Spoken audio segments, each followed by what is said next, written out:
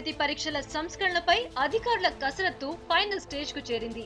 విద్యార్థి ఎలాంటి ఒత్తిడికి లోనవ్వకుండా స్నేహపూర్వక వాతావరణంలో విద్యను అభ్యసించేలా చర్యలు తీసుకుంటున్నారు అధికారులు.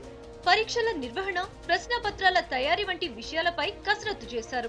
10th పరీక్షల్లో తీసుకురావాల్సిన సంస్కరణలపై ఓ క్లారిటీకి వచ్చారు. 2014-2015 విద్యా సంవత్సరం నుంచి మారనున్న సిలబస్ కు అనుగుణంగా పరీక్షల్లో చేయాల్సిన మార్పులపై మరో 3 రోజుల్లో ప్రభుత్వానికి నివేదిక ఇవ్వనున్నారు.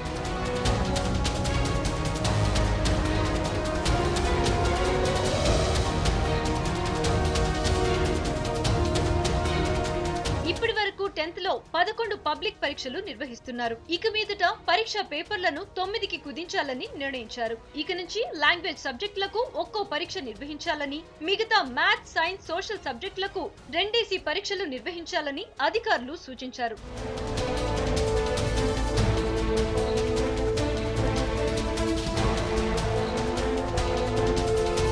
ఇకపై అన్ని సబ్జెక్ట్స్ లో 80% మార్కులకు మాత్రమే ఎగ్జామ్ ఉండనుంది. మిగతా 20% మార్కులు విద్యార్థి ప్రతిభ ఆధారంగా కేటాయించాలని అధికారులు నిర్ణయించారు. 80 మార్కుల్లో విద్యార్థి 28 మార్కులు సాధించాల్సి ఉంటుంది. మిగిలిన 20 మార్కులను స్కూల్స్ లో నిర్వహించే ప్రాజెక్ట్ వర్క్, యూనిట్ టెస్టుల్లో విద్యార్థి ప్రతిభ ఆధారంగా కేటాయిస్తారు. వీటిలో పాస్ కావాలంటే 7 మార్కులు రావాల్సి ఉంటుంది. ఈసారి హిందీ సబ్జెక్ట్ లో పాస్ మార్కులు పెంచాలని డిసైడ్ అయ్యారు. ఇన్నాళ్లు హిందీ ఎగ్జామ్ లో కేవలం 20 మార్కులు వస్తే చాలు. కానీ ఇక నుంచి హిందీలో కూడా 35 వస్తేనే 10వ తరగతి గట్టెక్కినట్లవుతుంది.